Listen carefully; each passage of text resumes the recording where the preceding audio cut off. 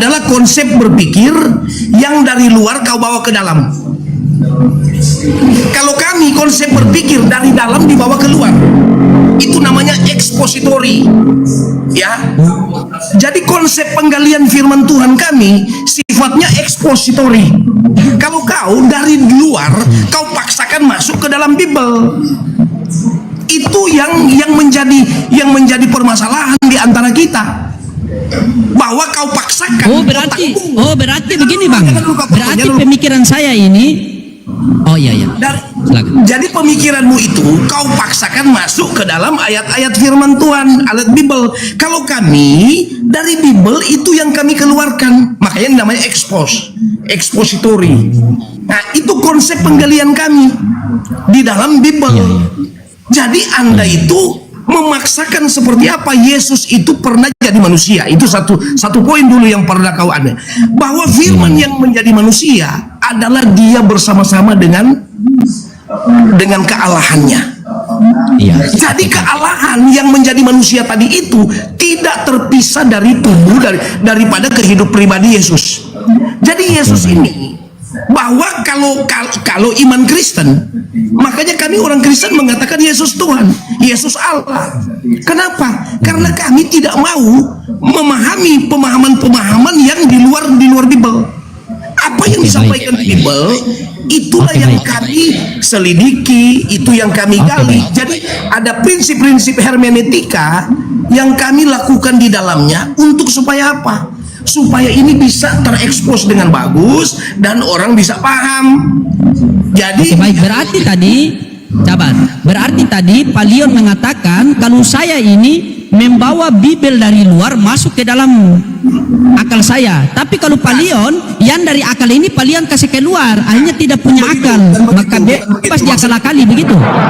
Begini. Yang dari akal dikasih keluar. Kalau saya yang dari luar dikasih masuk ke akal. Loading, saya terangkan ulang. Kalau Pak Leon yang di dalam akal, Pak Leon kasih keluar, akhirnya tidak punya akal begitu. Oh, bagaimana? Oh iya. Jadi dari Bible-nya itu bagaimana coba? Yang diekspos dari Bible itu kami ekspos keluar. Tapi kalau Anda memahami Bible ini dari otakmu kau paksakan masuk ke dalam Bible. Jadi di sini. Oke, baik, coba, sabar, saya tenangkan pikiran saya. Tunggu dulu, saya belum selesai. Jadi Anda menggunakan logika. Saya tidak bisa bantah logikamu. Saya menghargai logikamu di loading. Apa yang kamu kira tentang Bible itu memang karena manusia kan diberi akal untuk berpikir, untuk mengeluarkan apa yang Anda pahami. Saya hargai itu. Saya tidak mengatakan Anda salah. Tetapi yang dimaksudkan oleh Bible itu keliru dengan apa yang kamu sampaikan. Baik. Oke, baik. Sekarang saya minta sama Leon, coba silakan Leon, kita sama-sama bacakan Markus 5 nomor 6. Kita pakai, coba umpamakan seperti pemikiran Bang Leon ya. Saya mau satukan nih. Saya bukan paksakan, tetapi saya coba memahami seperti pemahaman Pak Leon. Markus 5 nomor 6. Markus 5 nomor 6. Coba. Markus 5 nomor 6. Ketika ia melihat Yesus dari jauh, berlarilah ia mendapatkannya lalu menyembahnya. Ya, itu siapa yang menyembah Yesus di situ? Iblis. Pak Leon menyembah Yesus juga? Ya. Pak Leon menyembah Yesus juga? Ya, betul. Sama tidak Pak Leon seperti iblis? Sama tidak? Sama-sama menyembah? Begitu maksudnya. Saya mau ikut loh. Saya mau ikut nih. Saya jawab kau punya. Ya, silakan. Saya jawab. Jadi begini Leon. Yesus pun sendiri iblis takut. Jadi pada waktu Yesus diuji di padang gurun 40 hari waktu dia berpuasa, Yesus berkata kepada iblis, hanya kepada Allah yang harus kamu sembah. Begitu. Jadi iblis dalam hal ini bahwa dia sendiri tunduk kepada Yesus, makanya dia menyembah. Lalu Anda memaksakan bahwa seakan-akan kalau iblis yang menyembah Yesus, berarti Yesus iblis juga. Nah sekarang Bukan begitu. Maksud saya tanyakan ketika di ayat Markus 5 nomor 6, si Bilis menyembah Yesus, Palion juga menyembah Yesus. Berarti sama tidak Palion sama iblis? ya kalau menyembah ya sama. Sama, itu sama. Itu sama. Inilah kejujuran yang saya tunggu. Sama berarti iblis. Kan? Saya jawab. Iya, sama. Jalan pikiranmu saya bisa dapat bahwa ternyata Anda sudah punya sebuah formula untuk bagaimana mau membuat orang terjebak di dalam pernyataan-pernyataanmu itu. Saya sudah paham. Enggak apa-apa. Ya kan saya bacakan. Apa? Iya. Saya bacakan kok. Iya, memang. Bagaimana saya menjebak Anda? Di dalam Markus ini memang benar di situ iblis. Lalu Anda bertanya ke saya, Leon menyembah siapa? Kan begitu. Nah, Anda membuat cocokologi, mencocokkan seakan-akan saya dengan iblis sama. Kan itu yang tujuanmu. Tapi enggak apa-apa. Anda sendiri yang mengatakan sama, bukan saya loh. Yo. Anda sendiri yang mengatakan sama. Jadi begini, saya jempol dengan trikmu. Itu trik namanya.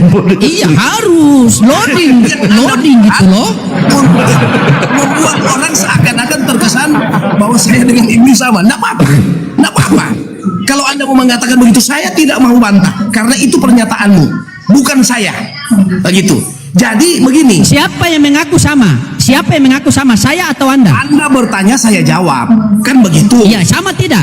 Sama tidak? Anda dengan si Bilis sama tidak? Kau kan sudah bilang saya jawab jujur toh? Kan jujur saya Iya, jawab. sama tidak? Sama tidak? Tunggu dulu, maksud saya saya jawab jujur. Iya, silakan. Apakah saya jawab jujur tadi? Iya, jujur.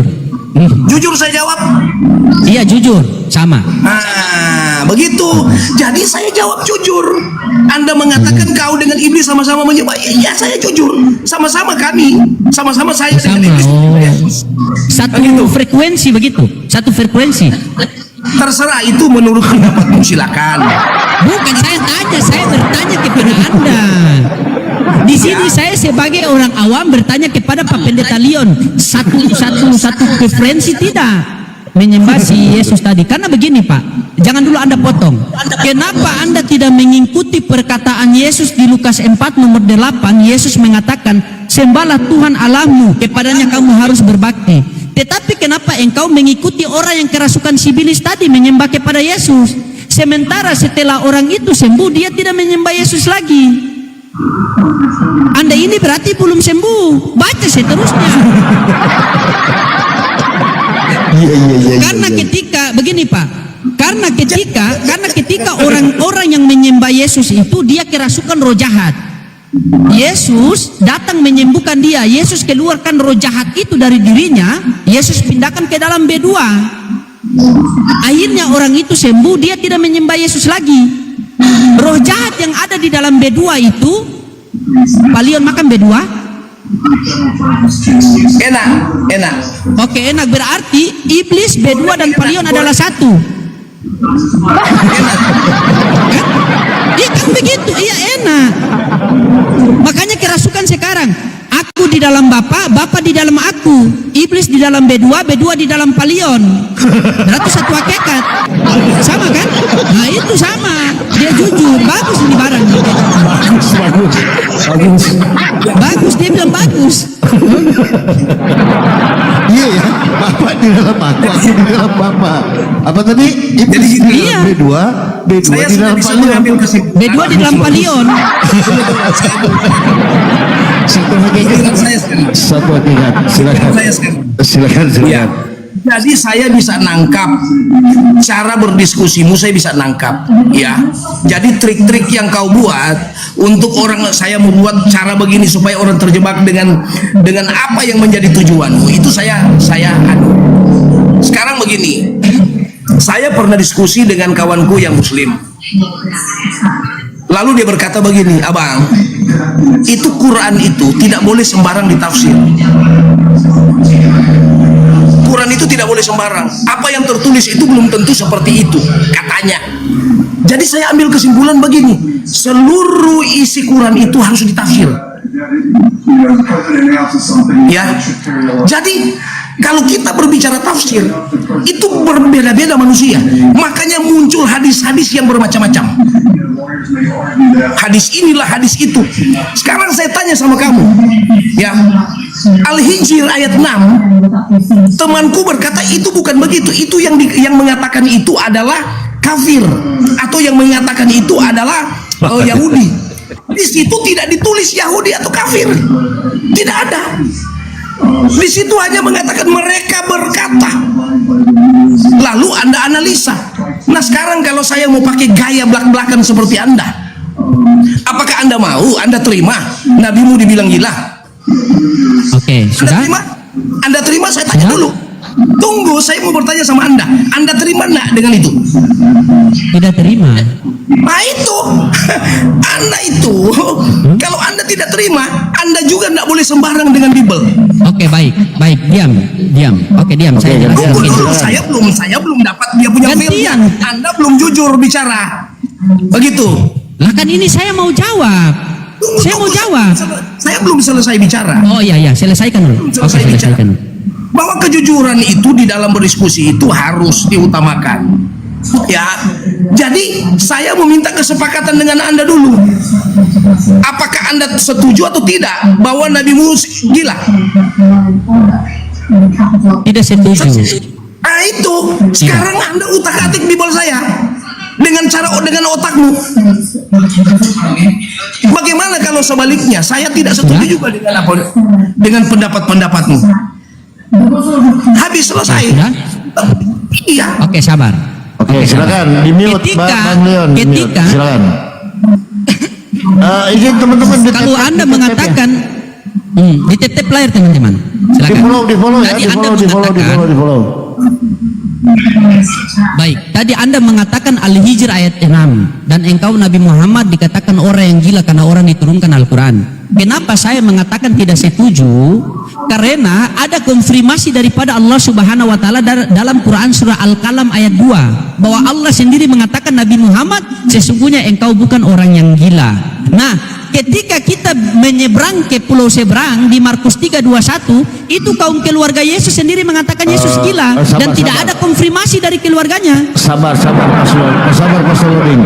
Tadi konfirmasi dari Allah itu di mana ditunjukkan datanya biar kita edukasi. Di Al-Qalam ayat 2. Bisa di dibuka. Al-Qalam ayat 2. Bisa dibuka. Silakan Anda buka Al-Qalam ayat 2. Baik, kita buka. Oke, bisa dibuka ya. Buka, baru baca. Oke. Ya. Jangan cuma sembarang nyerocos. Ya, saya netral di sini ya, saya netral ya, jadi nggak pihak kemana-mana. Balik mana ayatnya saya mau lihat. Karena setahunya saya Allah tidak pernah berfirman kepada Muhammad.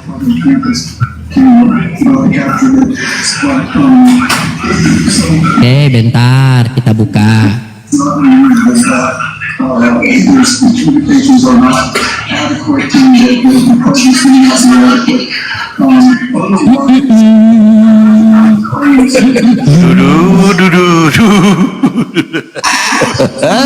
Dududu. Mantap loh. Dududu. Silakan engkau baca. Baca dulu. Baca dulu. Apa ini? Di mana di kitab apa ini? Namanya Al-Qalam ayat 2. Baca. Apa di situ?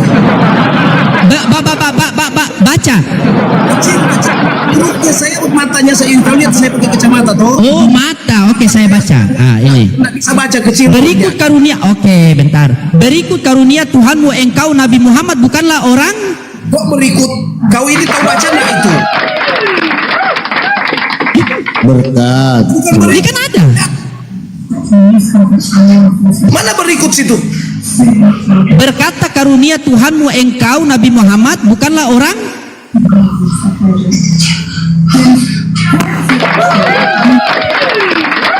Sekarang, oke, sabar. Sekarang saya minta di sini. Saya minta di sini ya. Saya minta di sini. Oke, saya minta di sini. Waktu kaum keluarga mendengar hal itu, mereka datang hendak mengambil dia, sebab kata mereka ia tidak waras lagi. Di mana konfirmasinya dari kaum keluarga bahwa Yesus itu sudah waras? Di mana? Saya menjawab. Oke, saya bertanya, waktu kaum keluarganya mendengar hal tersebut, mereka datang hendak mengambil dia. Sebab kata mereka, ia tidak waras lagi. Siapa yang tidak waras ini menurut Markus 3:21? Iya, saya jawab. Oke, saya jawab. Ya, siapa itu? Siapa yang mereka mengatakan tidak waras, siapa? Udah diam dulu, saya mau jawab. Jangan bicara. Oh iya. Ya silakan. Ya, begini. Ini masa kanak-kanaknya Yesus. Ya, dia masih anak-anak di kalangan Yahudi. Jangan kau ketawa dulu. Itu di dalam lingkungan. Izin Bang Leon, dijawab dulu baru dijelaskan siapa yang tidak waras tadi. Oh, tidak bisa, bukan begitu caranya. Kita bicara dulu. Iya, dijelaskan apa dulu. maksudnya dikatakan. Dengar dulu. Begini Bang, biar mau kita dapat. bahwa saya mau jelaskan Ya, kenapa dia sabar. dikatakan Saya waras. ini netral, saya netral di sini Bang Leon ya, biar Iya, ada makanya edukasi saya jawab. teman-teman. Saya anu dulu. Iya, Saya jadi punya dijawab metode dulu. untuk menjawab. Iya, dijawab dulu baru dijelaskan. Biasakan Iya. begitu Bang. Abang, Jadi Tapi tidak boleh ditafsir loh. boleh ditafsir, Dengar jangan dulu, bahaya Bang. kan. Iya, tadi dia kan bilang tidak boleh ditafsir. Iya. Ya, kalau tidak boleh Boleh lah, ditafsir, boleh lah. berarti Untuk Muhammad untuk gila. malam ini boleh, untuk malam ini boleh. Jadi Kalau menurut tidak boleh Markus, ditafsir berarti benar Muhammad gila. oke, berarti menurut Markus 3:21 siapa yang tidak waras di situ Bang? Baru dijelaskan. Iya. Siapa yang Karena tidak dibilang waras? tidak boleh ditafsir. Iya, iya. Sekarang Al-Hijr ayat 6 itu tidak boleh ditafsir juga. Oke, kita skip aja itu. Kita skip saja itu ya. Nah, sekarang di Markus 3:21 itu siapa yang tidak waras di situ, Bang? Namanya Bang. Namanya. Oh, tidak bisa. Anda mau bikin saya mau anu. Sama. Nah, Eh, Tidak boleh ditafsir. Namanya berarti aja benar dulu, Bang. Muhammad gila. iya namanya Al-Hijr dulu. 6 itu tidak boleh ditafsir juga. Enggak boleh. silakan, boleh Anda pakai tafsir, boleh. Boleh Kasih dia pakai ditafsir, tafsir, boleh. Papi. Ya, Kasih, jadi- boleh pakai tafsir. Betul. Begitu kuah. Kalau diskusi Oke. begitu harus adil. Iya, silakan. Boleh ditafsir, cuman dijawab dulu, baru Oke. Anda jelaskan. Nah, tenang supaya semua dengar. Iya. Orang-orang yang di bawah dengar semua. Tenang kau dua. Baik. Jadi siapa namanya Bang yang tidak waras tadi itu? Siapa di Markus 3 dulu? Jangan dulu kau ke sana. Saya mau jelaskan. Sekarang saya tanya lagi. Al-Hijr ayat 6 siapa yang gila di situ? Tuduhan orang Jawab. Nabi Muhammad yang gila. Jawab. Tuduhan orang. Ya iya berarti Nabi mu gila. Tuduhan. Oke, sekarang di Markus 3:21 siapa namanya yang tidak waras Bang? Namanya Tidak Bang. ada, tidak ada di situ dibilang Yesus. Tidak ada. Di mana ada tulis Yesus itu? Mana? Coba Oke, baca. baik. Oke, baik. Mana Baik, ada kita kata buka. Yesus di situ? Oke, baik. Kita buka. Oke, baik. Nih. Pada waktu itu ada beberapa orang yang mengenali Yesus berkata tentang dia. Dia sudah apa itu? Oh, tambah parah di sini. Dia sudah apa?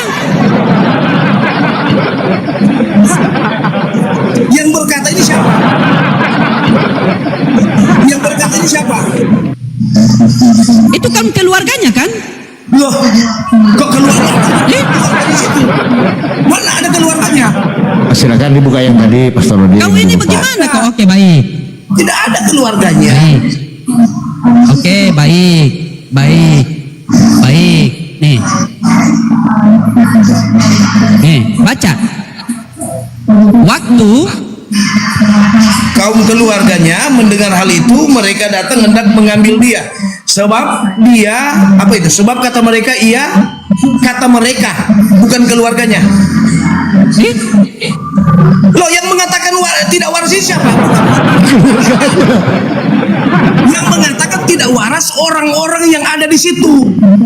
Kalian ini makanya menafsir Bible jangan pakai otakmu sendiri. mereka ini termasuk keluarganya tidak? Tidak, bukan keluarganya. Mana datanya?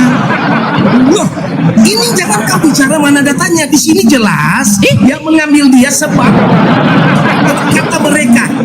Dengar baik-baik. Sebab kata mereka di situ bukan keluarganya. Nggak mungkin dong saya sebagai orang tua, saya bilang anak saya gila. Nggak mungkin. Di mana sejarahnya orang tua mengatakan anaknya gila sementara anaknya lagi normal? Jadi yang mengatakan Yesus gila itu Itu kata adalah keluarin. orang-orang Coba di situ. baca. Mereka Coba itu baca, adalah coba baca. orang-orang yang ada di situ. Kenapa? Karena Yesus memberitakan berita tentang kerajaan Allah, tentang kerajaan sorga. Sementara Coba dia masih baca. anak di dalam kalangan Yahudi Coba baca. yang boleh orang ditokohkan itu harus berusia 30 tahun, baru boleh berbicara di dalam bait suci. Kalau dia belum 30 tahun, dia tidak boleh berbicara di bait suci. Aduh, Karena itu sebentar. aturan. Ya, sebentar Pak.